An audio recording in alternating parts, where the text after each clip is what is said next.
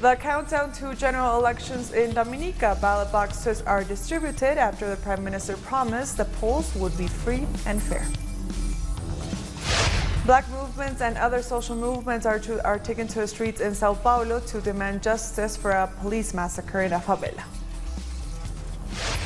And the highest strike for decades in France. The day ends with police repression in Paris.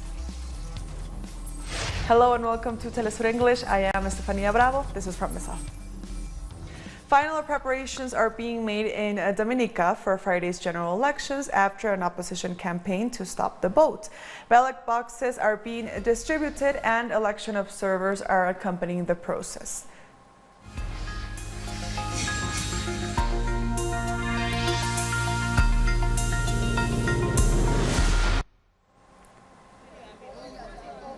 Final preparations are being made in Dominica for Friday's general elections after an opposition campaign to stop the vote.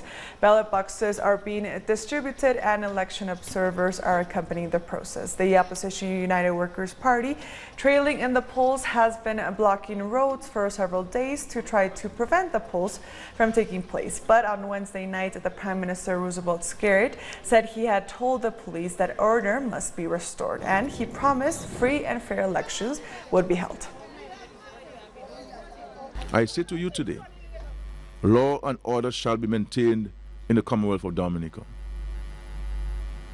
There shall be free, fair, and peaceful elections in this country on Friday. I have given both the airlines and the cruise sector our assurance of safety and security for the guests while visiting our island. I appeal once again to those misguided youths acting on the direction of persons who should know better to cease and desist from the flagrant violation of the law. Please walk away from your lawless behavior. I have a duty to ensure that law-abiding citizens can go about their business free from fear and without intimidation or unnecessary inconvenience.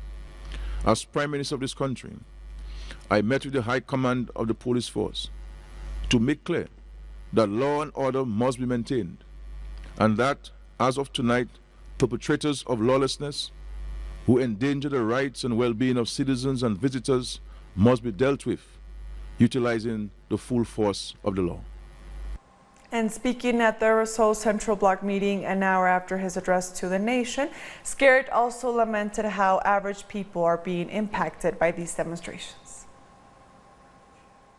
There's a gentleman from Colio, ladies and gentlemen, who has been at the blockade since morning, trying to go to the hospital to get dialyzed, ladies and gentlemen. We've been trying to get him a fishing boat to take him to Roseau so he can go to the hospital before he dies. That's what these bandits are doing to Dominicans, ladies and gentlemen. And every one of us must be angry with these guys. And we must demonstrate and show our anger towards these guys and our dissatisfaction in them by going into the polls and putting our X next to the shoe, ladies and gentlemen. Now, the Prime Minister also lamented the economic impact of the opposition violence, pointing out the importance of tourism to Dominica's economy. He noted that some flights and visits by cruise ships had already been canceled. Our correspondent Alejandro Kirk went to talk to Dominica's tourism minister, Robert Tung, to find out more. Hello, greetings from, we're standing right in the Ministry of Tourism, the Minister's office, Mr. Robert Tung. The issue today is the problems that the violence sparked by the opposition in the country have created for the country's economy, very dependent on tourism. This is what we want to ask the minister. Minister Tong, what's the damage that so far that the country has suffered? Well, clearly it's very unfortunate that the opposition has taken a stance to use violence to bring their point across. And it's very sad that it has a very negative impact on the economy of Dominica and also the reputation of our country. We've always been known to be a friendly country, and I'm sure as you've walked across the city, you would see that Dominica is filled with friendly people. And their actions have caused some flights be cancelled as a result of that. We'd work very hard with Seaborne Airlines or Silver Airlines to come in the afternoon and leave the following day, so we housed the pilots, but clearly the pilots had to walk through all of the rubble and all of the violence that was happening in Marigot. As a result, they have taken a decision not to come to Dominica until after elections. So clearly many persons who come to our beautiful island for whale watching, for diving, for snorkeling, for hiking, for our hot water baths, which make you feel younger, they're unable to do that right now. You have persons come to Dominica for business, persons come in to meet their friends and their families, and as a result that is impacted. And clearly many persons who may have planned to come to Dominica are going to think twice as a result of that. But I want to say to the people out there that Dominica is still a very friendly country, a friendly people. It's just one or two persons doing this very negative stuff. Even our cruise line business has been impacted. Yesterday there was a cruise line that was scheduled to come to Dominica, and they actually turned away. And our Prime Minister, we've actually advised our Prime Minister, in order to ensure that the reputation of Dominica remains 100% intact, we don't want persons to come to Dominica and have an adverse experience. We suggest that they don't come until after elections in terms of the cruise, because sometimes if there's a small blockage, it's going to affect the experience of the person on the cruise line. So you had all the vendors who were out there yesterday in the early morning setting up their tents for them to sell their produce, to sell their arts and crafts, to take care of the families, the taxi drivers. All of them actually lost money because they had to spend to do this kind of thing. So it's really having a very negative impact, and all of the work that we've done, especially after Hurricane Maria, is actually putting us in a negative position. So we're really not happy about that, but Dominica remains a free and fair country. Persons have the right to speak, persons have the right to walk around and protest if they have to, but we ask them to do it in a very peaceful manner to achieve their results. So how dependent is the country's economy on tourism? Our country is primarily dependent on agriculture, but what we have done is to twin the two together. So when persons come to Dominica, we ensure that they experience a Dominican experience in terms of the food, the drink that we have to offer. So these actions impact not only the tourism sector, but it's also impacting the agricultural sector, because all of these agricultural persons, the fish, the vegetables, the fruits, they provide those to the hotels, and in turn the visitors partake in these and enjoy them. So all of them are impacted as a result of that. So just imagine the farmer who wanted to bring his produce down to town was not able to do that. He would have to bring it back, and I'm just hoping that it didn't spoil and he was able to sell it somewhere else. So everyone is impacted, both those directly in the tourism business, also indirectly out of the tourism business. They're all impacted in a negative way. Well, if 4,000 people are arriving in this small town, it has an impact. But do you have any figures of what is the income-wise, what tourism represents? Tourism, it should be in the region about $350 million in terms of the economic impact into the country. And what we did with that, we used the Citizen by Investment program to build 5-star hotels to attract a higher level client who will spend more money. And we have the first hotel which is open, which is a Kempinski Hotel in Portsmouth, a very beautiful hotel. And actually they're filled. They're fully booked for December, they're fully booked for January, and what the worry, they have over 150 people employed. The worry is that if people begin to cancel, you can well imagine the impact on them and throughout the entire economy. So we're very concerned about that, and we definitely do not condone acts of violence in terms of trying to bring a point across. And it's just very sad also that the leader of the opposition has actually endorsed those type of actions. Trust is built over a long time, but mistrust takes a minute. How do you see the prospects in the short, medium term? I think Dominica has a lot of friends, and the intention is to make sure we reach out to our partners as quickly as possible and on a regular basis. So even from the Ministry of Tourism standpoint, we reach out to our stakeholders, taxi drivers, tour operators, cruise executives, the airline. We reach out to them, sorry. We reach out to them on a daily basis so they know what's going on, so at least it brings confidence back into Dominica. Okay, thank you, Minister. Thank you very much. This is what we have so far in this today in Dominica. And over to you, Quito. We thank Alejandro for that report. On a Wednesday, opposition supporters blocked roads outside the capital in Dominica, and Labour Party supporters tried to clear them. Our correspondent, Alejandro Kirk, was there. This is exactly what the opposition had promised in case they did not achieve their goals legally, an internal blockade. And that's how the town of Layou north of the capital, Roseau, looked like at sunrise on Wednesday. Well, all of this is part of the process, because if the election is against the people, then the people need to stand up and stop the election. So what we're saying is we have a country with about 65,000 people and almost 75,000 voters. This can happen nowhere in the world. Images like this can be seen in several spots in this island of 80,000, whose elections are due on Friday 5th.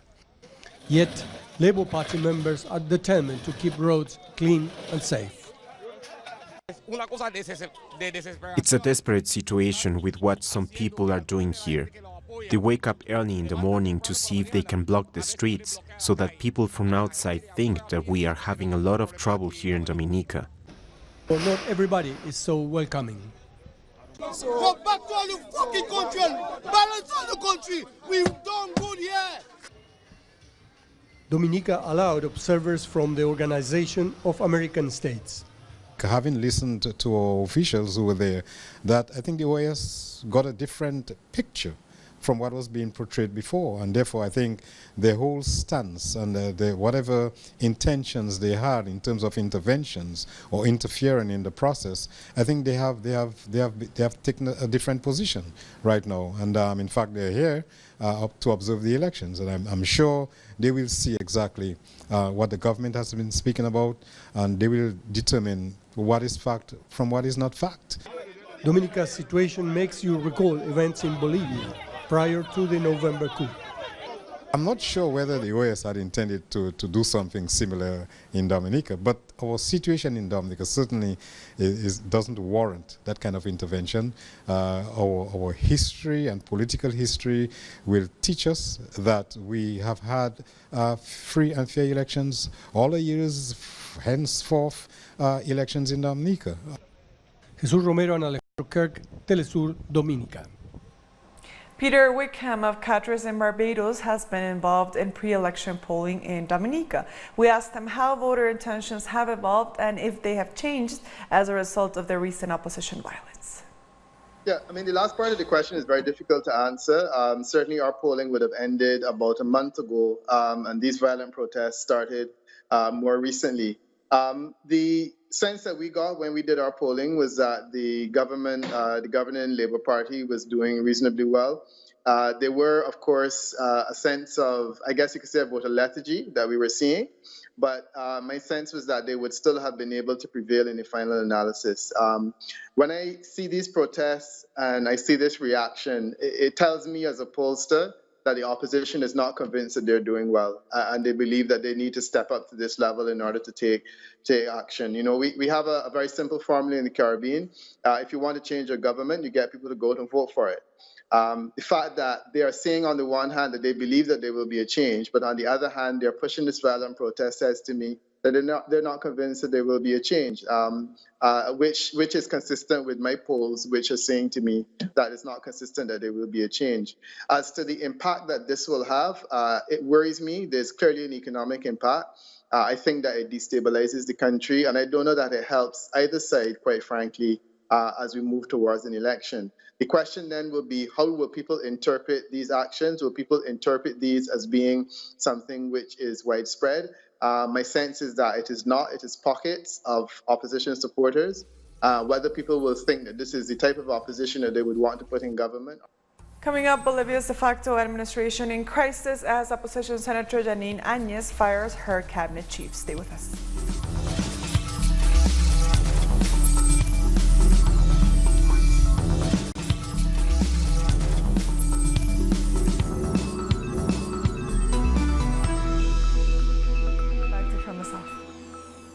Another protest is taking place in Sao Paulo to demand justice for the victims of a police massacre in one of the city's favelas last weekend. Our correspondent, Brian Meir, is there.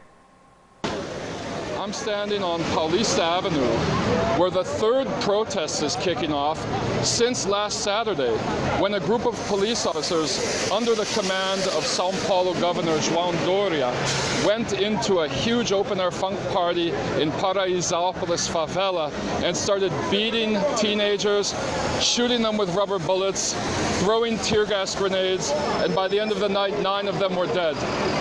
Now, since last Saturday, more and more developments are coming out. The police initially said they went into the party chasing thieves. This was debunked by eyewitness accounts and by video evidence, which showed that from the first moment they got there, they were attacking teenagers and that there was no one shooting at them.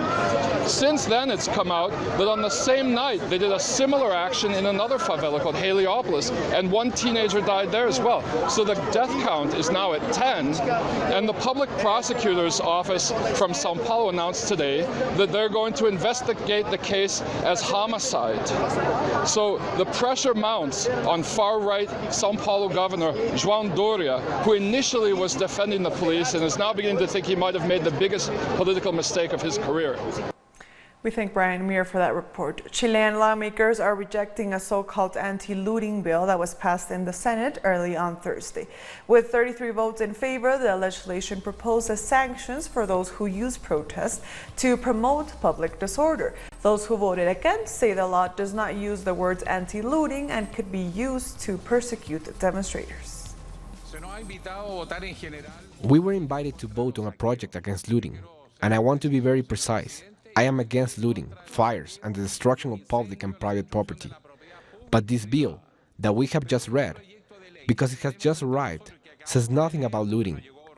The only thing I see in this text is an attempt to criminalize legitimate social protests.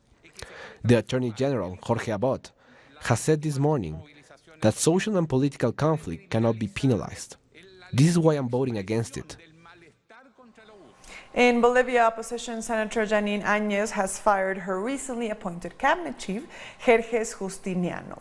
The outgoing minister said he was dismissed because of his close relationship with Luis Camacho, the main leader of the coup and Áñez's rival for president. According to Justiniano, the self-proclaimed leader should not vie for president after she selected the members of the electoral court who are responsible for deciding on elections.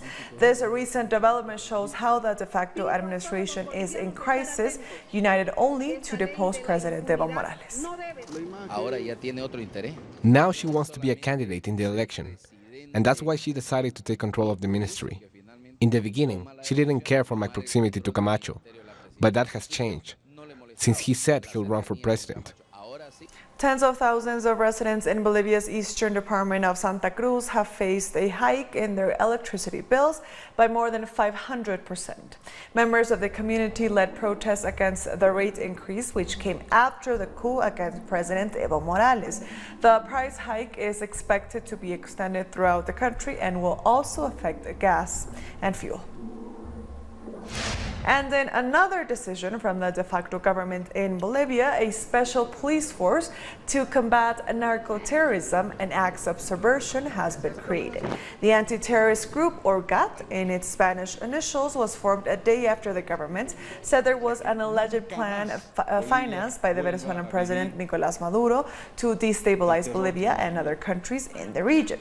Bolivia's cabinet chief said the force would start with 70 police officers and will later expand. 34 people were killed by the police and army in the 9 days following the coup against President Evo Morales. Coming up, French police fired tear gas at protesters in Paris during the first day of national strike. Stay with us.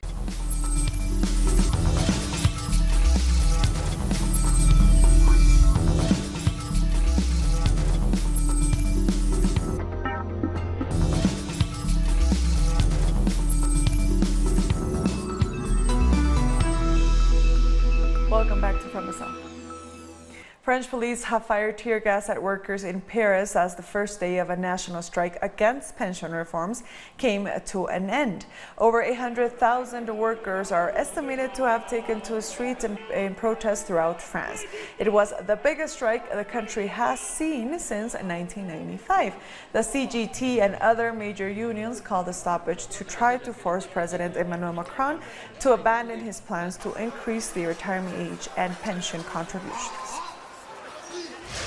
The strike shut down much of the transport system as well as many other services. These were protests outside the Gare de l'Est in Paris. 78% of teachers stayed away from schools in the capital. The unions say the strikes could continue into next week if the government doesn't respond to their demands. The main focus of the strike was the pension reform, but many protesters said this was just one of the problems in France today. It's important because we have come again to defend our rights and protest against the bad life. And there are several forces united for this. It's really big. There are students, nurses, firemen, doctors, lawyers, and yellow vests like me. Some here have decided to protest only about the pensions. For us, it's deeper than that, but we support the movement for the pensions. Yes, for the pensions, and we are also here to protest against precarity in France today. Everything is difficult today. 4 members of the United Kingdom's Brexit party who are elected to the European Parliament have left the site to support Conservatives in the British election next week. The British party was set up earlier this year by Nigel Farage, who played a major part in delivering the 2016 referendum in which Britons voted to leave the bloc. One of the 4 MPs deserting the party is the sister of high-profile cabinet minister and arch-Brexiter Jacob Rees-Mogg. The other MPs leaving are Lance Foreman, Lucy Harris, and John Longworth, the former Director General of the British Chamber of Commerce, who was expelled by the Brexit Party on Wednesday. In Nigeria, a pipeline explosion in West Lagos has caused multiple fires. Footage shows residents of the Idogu-Igba state stuck after fire consumes a footbridge and a surrounding area. The blast sent huge clouds of black smoke into the skies. Many have raised concern that the fire was caused by vandals. In recent months, the United States has piled on the pressure to prevent oil imports from reaching Cuba, but the government in Havana has plans to boost its own production of crude. This is Cuba's so-called Northern Heavy Crude Belt, which extends from Havana to Varadero. 98% of the country's oil production comes from here. The Boca de Jaruco field on this coastline is one of the most important investments in the sector. It is jointly managed by the Russian oil company Zarubezhneft and Cuba's state oil company Cupet. This is one of the steps we need to take to achieve energy independence, but it's not the only one. Of course, energy independence can be achieved in several ways, including wind power, solar energy, hydroelectric power. We can even talk about nuclear energy. But it seems to me that right now, this is a project that can help the country move in this direction. In recent months, the United States government has exerted huge pressure to block fuel supplies to Cuba. In such a complex situation, the Cuban government wants to reduce its oil imports. We have exploration projects at this moment in the south of the Cuban oil strip, and the main target is to find a significant quantity of oil that is of much higher quality. For foreign investors, the island offers opportunities that remain to be revealed. The Chinese oil company Great Wall came to Cuba in 2005. Since then, it has been in charge of drilling most of the oil wells in Cuba, with high-technology equipment that allows it, from dry land to reach shallow water oil fields offshore. The achievement obtained during the drill exceed our expectations, and those of Cupet, keeping in mind that we have managed to sink wells with a good level of production. In this area, the oil is mostly heavy, but it is good quality and the production is significant. Official figures put Cuba's current oil production at 43,000 barrels a day, a figure that is still well short of the country's domestic demand. Most of this oil and gas is used to generate electricity. The big challenge we have at the moment is to stop the decline in production that there's been in the last 10 years. Several new projects have been mapped out for the next 2 years in the Gulf of Mexico.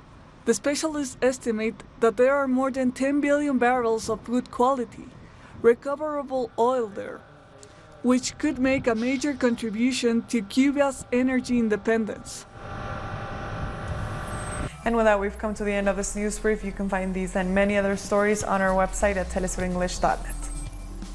And join us on social media. We are on Facebook, on Twitter, and on Instagram. For Telesur English, I am Estefania Bravo. Until next time.